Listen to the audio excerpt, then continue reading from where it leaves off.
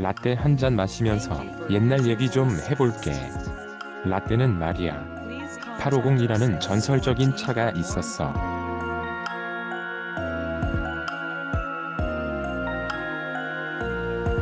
BMW 850i 얘기야.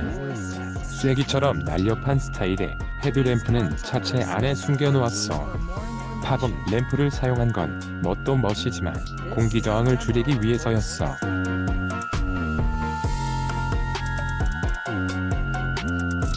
공기저항 계수 0.29를 맞췄어. 당시로선 대단한 수치였지. 바람을 가르며 달리는 스포츠 쿠페였던 거지.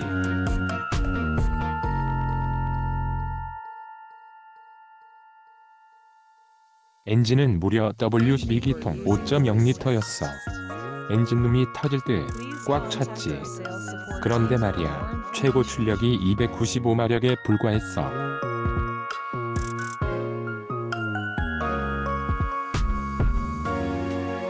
(2020년) 기준으로 보면 어이없는 일이지만 그 당시의 기준으로 대단한 힘이었어. 그땐 그랬어. 91년 가을에 코오롱 모터스가 이 차를 국내 출시했어.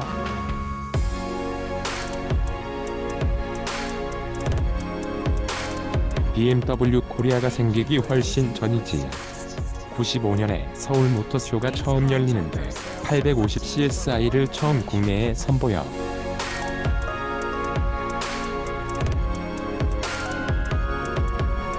(1회) 서울 모터쇼에서 가장 비싼 차로 주목을 받기도 했지. 850i는 미국 시장을 공략하려고 야심적으로 내놨지만 반응은 그리 좋지 않았지.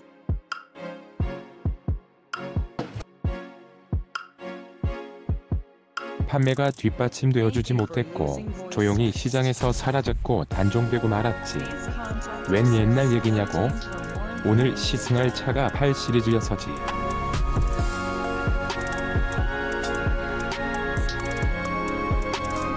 840i 그란 쿠페야. 20년 만에 부활한 8 시리즈. 옛날 생각이 안 날 수 없더라고. 20년도 훨씬 전에 스쳐 지났던 차를 다시 만나는 거야.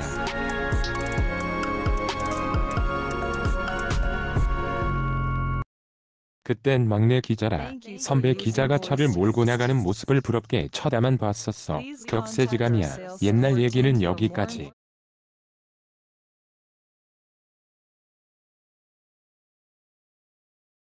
아직 9 시리즈가 없으니 8은 BMW 라인업에서 최고 숫자야.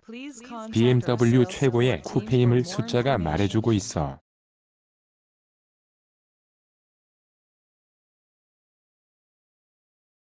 시승 모델은 840i 그란 쿠페 M 스포츠야. 1억 3,570만 원짜리지. 디젤 엔진인 840D 그란 쿠페도 있고 840i 쿠페도 있어.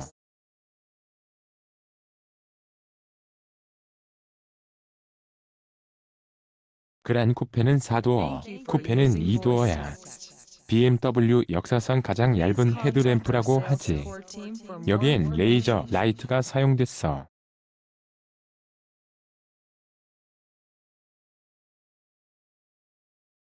(500m를) 비춰준다고 해.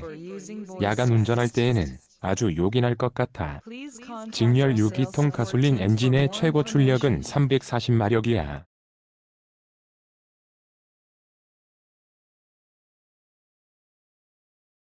엔진은 세로로 배치해서 좌우 균형까지 잘 맞추고 있어. 여기에 X-드라이브, 즉 사륜 구동 시스템을 더했어.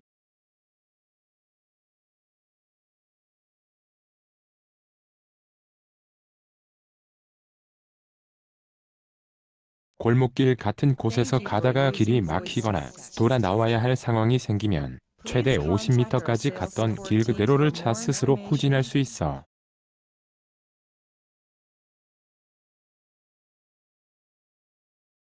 안전벨트 프리텐셔너라는 기능인데 급제동하거나 차의 안정성이 흐트러질 때 사고를 대비해 안전띠가 미리 몸을 잡아주는 기능인데 작동하지 않더라고.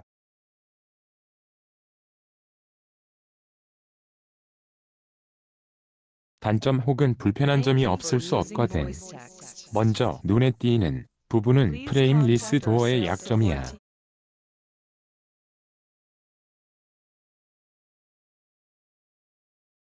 앞뒤의 무게 균형, 구동력 배분까지 잘 맞췄다고 봐야지. 차체의 균형은 차가 움직일 때 안정감을 좌우하는 아주 중요한 요소야.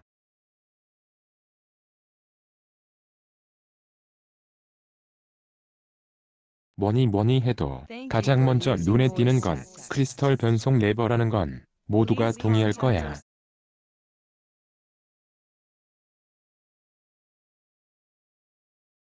수작업으로 가공해 기어 변속 레버를 만들어낸 거지. 그 안에 숫자 8을 넣어 이 차의 정체성을 드러내고 있어.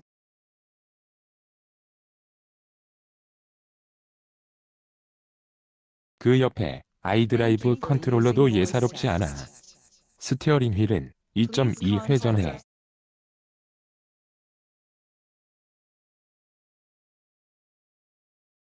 이게 조향 특성을 어느 정도 짐작하게 해주는 부분이야. 대체로 3회전하는 차들이 많고 회전수가 작을수록 조향 성능이 예민하다고 보면 되지.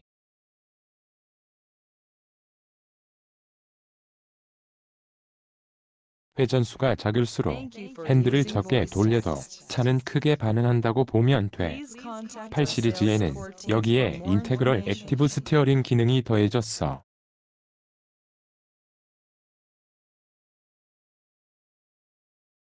이 차는 또 사람 말을 알아들어. 인텔리전트 개인 비서 기능이 있어서지.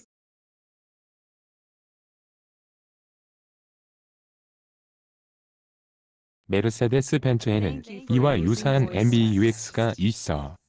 지능형 음성인식 기능 정도로 이해하면 어떨까 싶어.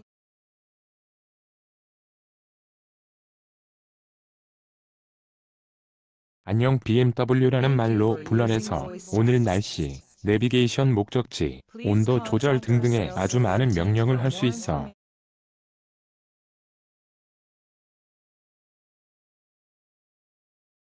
질문 혹은 명령을 하면 비서처럼 대응하지. 대화하듯 자연스럽게 대응하는 게 인상적이야. 음성 명령 분야는 자동차 분야에서 아주 중요한 기술이 될 거야.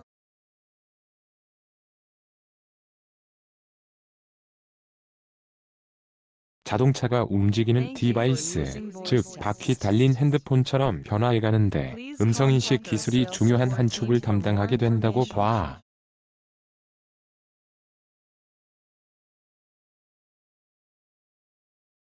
이 부분을 중요하게 봐야 하는 이유야. 제스처 컨트롤은 BMW에서만 만날 수 있는 재미있는 요소야.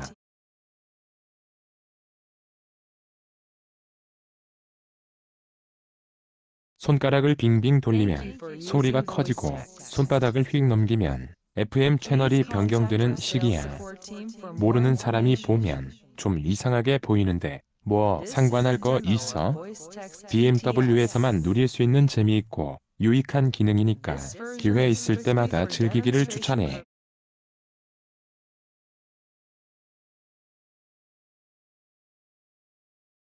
BMW에만 있는 게 하나 더 있어.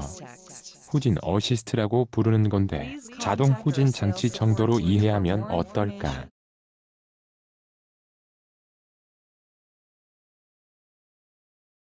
철판 가리는데 얼마나 든다고 이걸 막아놓지 않는지 이해할 수 없어.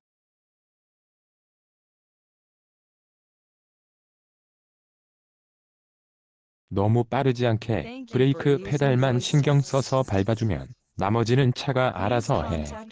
다만 중간에 핸들에 손을 대면 기능이 해제된다는 점 알아둬야 하고.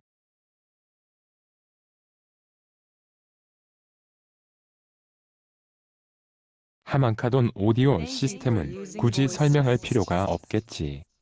귀를 호강시켜주는 높은 음질을 들려주는 최고급 오디오야.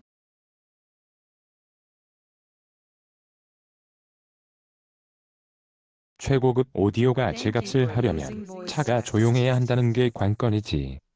시끄러운 차에는 그냥 적당한 수준의 오디오가 차라리 나아.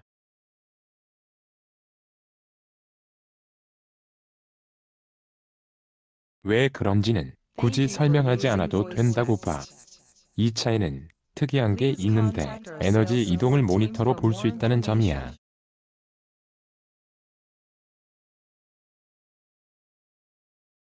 엔진에서 발생한 동력이 바퀴로 전달되는 것을 보여주는데 마치 전기차의 회생제동 시스템처럼 바퀴에서 버려지는 힘을 다시 배터리로 저장하기도 해.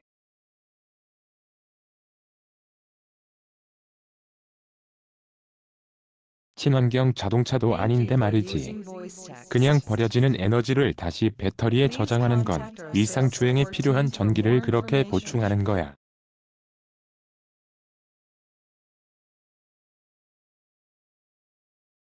안 그러면 엔진 힘의 일부를 다시 전기로 만들어 사용해야 하니까. 결과적으로는 엔진의 효율을 높이는 결과가 되는 거야.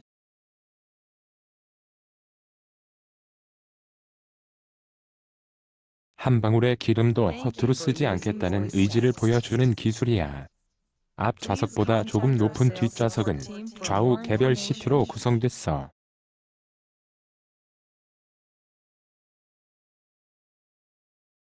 4인승이지. 5인승이 아니라는 건 크게 문제되지 않는다고 봐.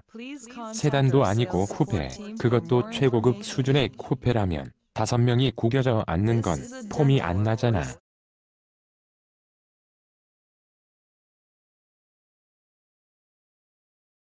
각자 필요한 공간을 누릴 수 있는 4인승이 최적이야.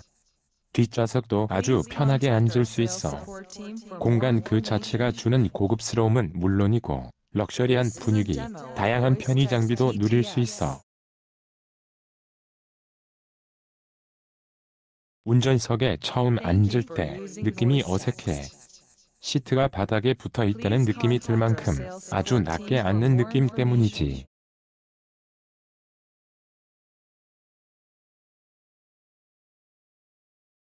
드라이빙 어시스트 프로페셔널은 완성도가 훨씬 더 높아졌어. 버튼 한 번으로 활성화시킬 수 있어.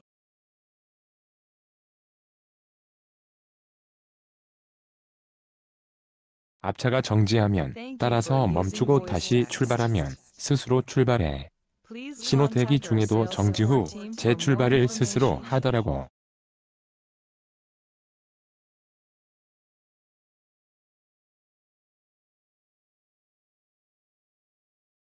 정지하고 일정 시간이 지나면 운전자가 차를 다시 조작해줘야 하는데 이 차는 그럴 필요가 없다는 거지.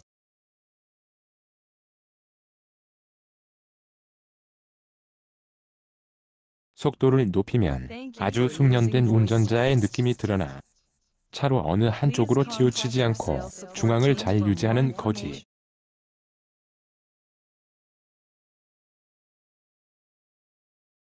앞차와의 차간거리를 안전하게 유지하는 건 물론이고 핸들에서 손을 놓아서는 안 되겠지만 그냥 가볍게 손을 얹어놓고 가면 아주 신통방통하게 차가 스스로 운전하는 게 느껴져.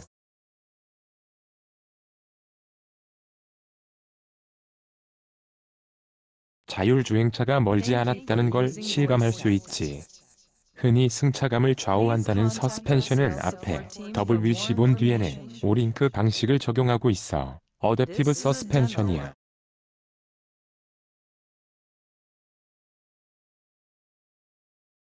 조금 딱딱한 느낌인데 정작 충격을 넘을 때에는 그렇게 강하다는 생각이 안 들어.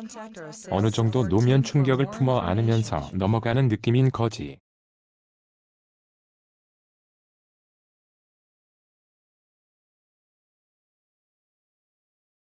소리에 민감한 사람이라면 조금 더 신경이 쓰일지 몰라. 디자인의 멋을 내는 쿠페는 대개 프레임리스 도어를 적용해.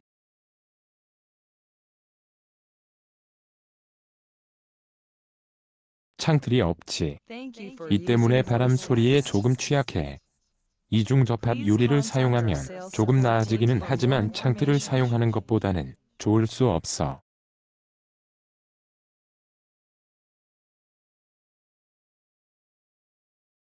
그런데 이 차는 이중 접합 유리가 아니더군. 주행 모드는 스포츠, 컴포트, 에코 프로, 어댑티브 모드가 있어.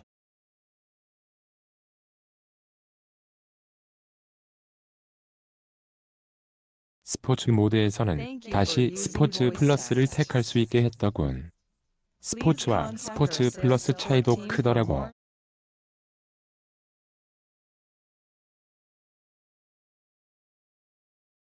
툭툭 가속 페달을 밟아보면 그 반응이 확연히 달라. 속도를 높이면 단단한 서스펜션이 균형을 딱 잡고 달리는 느낌이 인상적이야.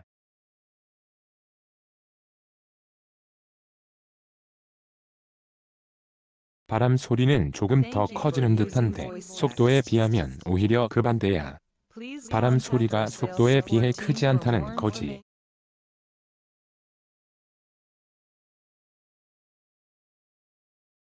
엔진 소리는 아주 기분 좋게 들려와.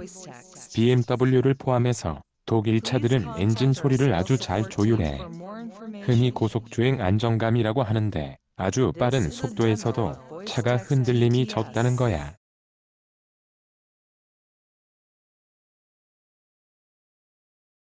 사륜 구동 시스템, 앞뒤의 무게 균형에 더해 직렬 유기통 엔진을 새로 배치해 좌우 균형까지 잘 맞춰놓은 결과지.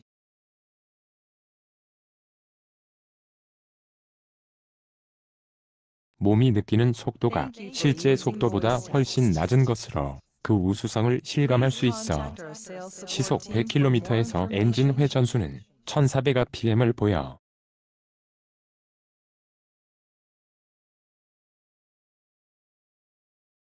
배기량과 힘이 여유가 있어서 엔진 회전수를 많이 끌어올리지 않아도 100kmh를 커버한다는 얘기지.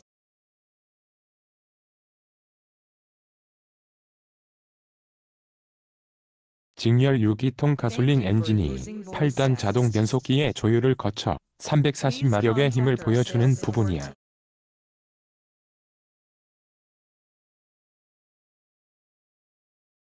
같은 속도에서 급제동을 해봤어. 오른발에 체중을 실어서 브레이크를 밟았어.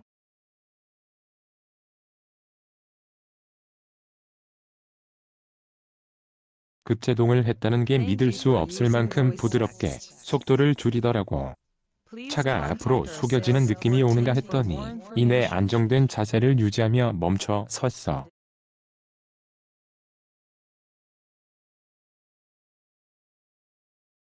어떤 상황에서도 안정되게 차를 제어할 수 있다는 자신감이어서일까. 안전띠를 미리 조여주는 반응은 없었어.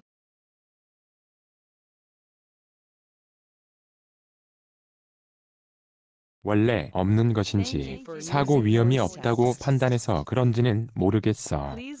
달리던 속도 그대로 코너에 접어들었어.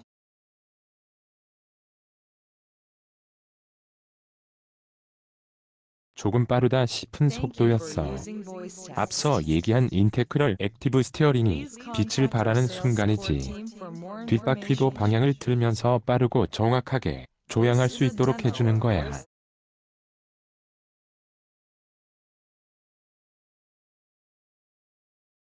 낮은 속도에서는 앞뒤 바퀴가 같은 방향으로 움직이고 빠른 속도에서는 앞뒤가 반대 방향으로 움직이며 방향을 바꿔.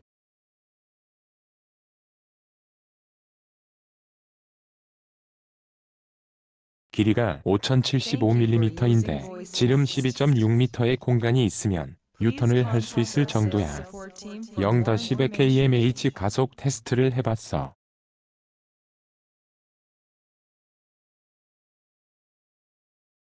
GPS 개척기를 이용해서 가속 시간과 거리를 측정하는 것이라 그냥 초시계로 측정하는 것보다는 조금 더 신뢰성이 있다고 봐.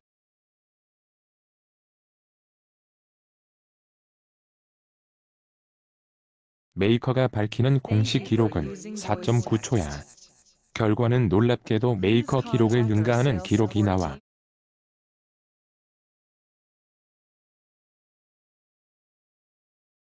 모두 9차례 테스트했는데 최고 기록이 4.69초가 나온 거야. 4.74초, 4.84초도 있어.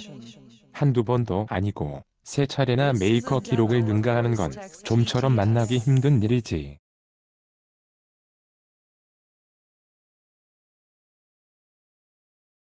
9차례 테스트 평균 기록은 5.15초니까 메이커 발표치와 크게 차이가 안 나는 점도 무척 인상적인 부분이지.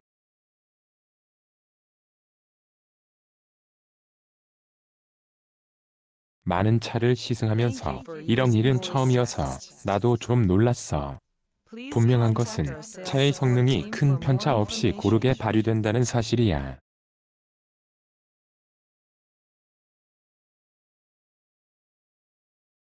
같은 차지만 2초 이상 차이가 나는 경우도 많거든. 어쨌든 가장 인상적인 제로백 테스트였어. 재미있는 것은 가속 그래프야.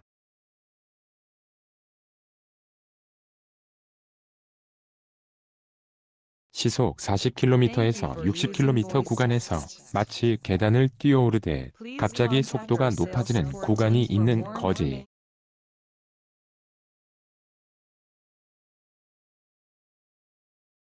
변속이 일어나면서 속도 변화가 크게 드러나는 것으로 보이는데 상당히 특이한 가속 반응이지.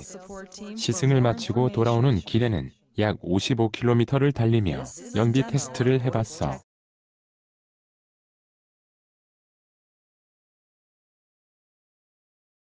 파주 헤이리 마을에서 서울 교대역까지야. 공인복합 연비는 9.4km로 그리 좋다고 볼 수 없는 연비인데 실주행 연비는 14.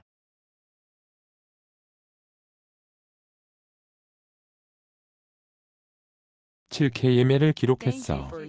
물론 에코 프로 모드로 경제 운전을 하면서 기록한 연비여서 늘 이런 연비를 만날 수 있는 것은 아니지만 작정하고 연비 운전을 하면 이렇게 연비가 좋아질 수 있다는 것을 증명하는 것이어서 나름대로 의미 있는 결과가 아닐까 생각해.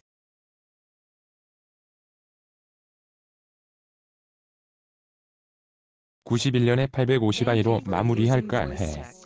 선배 기자가 몰고 간 차는 당시 유명한 셀럽이 시승했는데 남한산성에서 빙판길에 미끄러져 사고가 나고 말았지.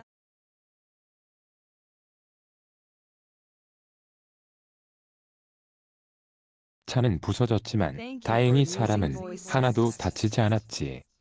고성능 차를 타는 건 늘 위험을 동반하는 일이기도 해.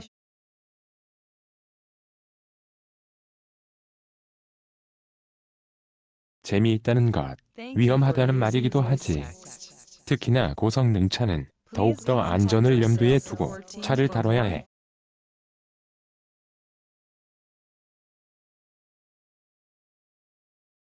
이 차를 타는 모든 이가 명심해야 할 말이야.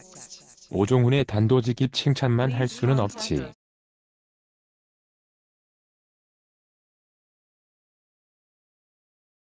날카로운 예각이 드러나는 도어를 봐. 예쁘게 만들다 보니 프레임리스 도어를 쓰는데 프레임이 없다 보니 이렇게 도어 예각이 드러나는 거야.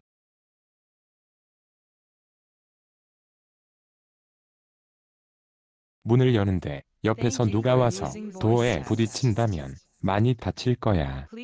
그럴 일이 없기를 바라지만 만에 하나 그런 일이 벌어진다면 무척 위험하겠지.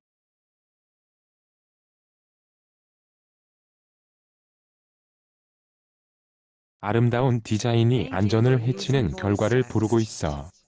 생각해 볼 부분이야. 트렁크에는 윗부분에 맨 철판이 드러나 있어.